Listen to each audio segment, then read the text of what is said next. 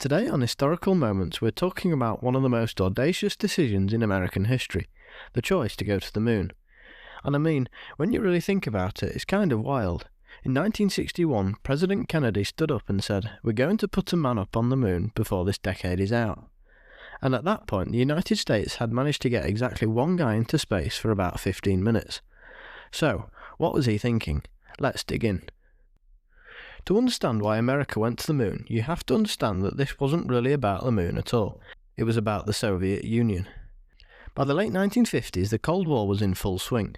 The US and the USSR weren't shooting at each other directly, but they were competing for global influence everywhere else. And space? Space became the ultimate arena to prove whose system was better, capitalism and democracy or communism. And here's the thing, the Soviets were winning. In October 1957, the USSR launched Sputnik, the first artificial satellite. Americans looked up at the night sky and could actually see this thing passing overhead, beeping away. It was a PR disaster for the US. If the Soviets could put a satellite in orbit, they could put a nuclear warhead on a missile that could reach American cities. Suddenly, space wasn't just about science, it was about national security. But it got worse. In April 1961, Soviet cosmonaut Yuri Gagarin became the first human in space. He orbited the Earth and came back a hero. The New York Times ran the headline on the front page. It was humiliating for America, which prided itself on technological superiority. Less than 3 weeks later, the US finally got Alan Shepard into space. But it was just a 15-minute suborbital flight. He went up and came down. Gagarin had actually orbited the planet. It wasn't even close. President Kennedy was furious. He'd only been in office for a few months and he was already dealing with the failed Bay of Pigs invasion in Cuba, and the Soviets beating America in space. He needed a win. So Kennedy did something smart. He asked his advisors, what can we do in space that we might actually win at? What's a goal ambitious enough that the Soviets' head start won't matter? His team came back with an answer, a manned lunar landing. Here's why this made sense. The Soviets were ahead, but not by much in the grand scheme of things. A moon mission would require massive rockets, new technologies, and years of development. Both countries would essentially be starting from scratch. It would be expensive, yes, but it was winnable. And politically, it was brilliant. Kennedy could rally the country around a clear, inspiring goal. Not build better missiles or develop more satellites, but put a man on the moon.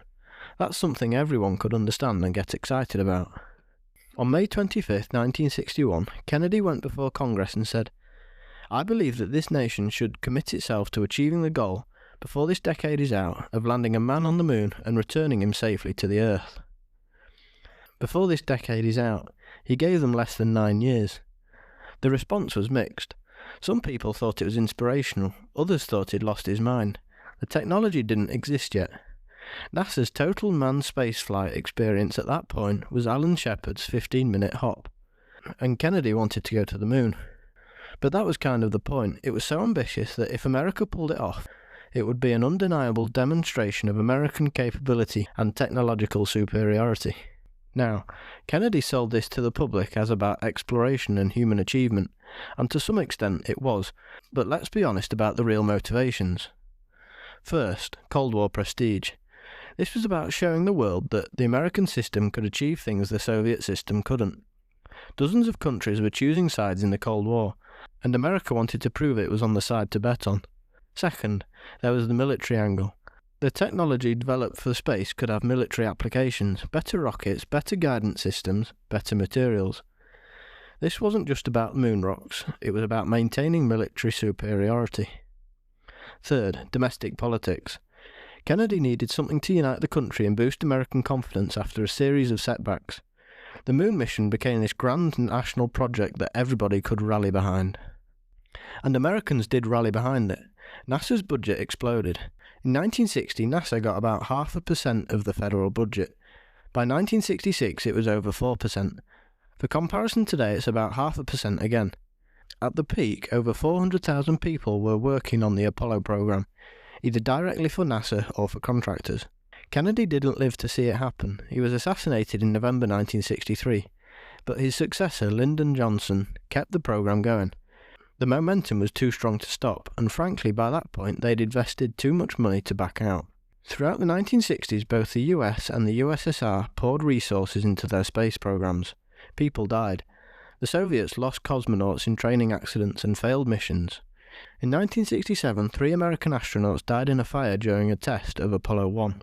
The technical challenges were enormous. They had to figure out how to navigate in space, how to dock 2 spacecraft together, how to keep humans alive in the harshest environment imaginable, how to build a rocket powerful enough to escape Earth's gravity with enough fuel to get to the moon and back.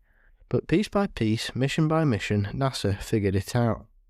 On July 20th, 1969, Neil Armstrong stepped onto the lunar surface.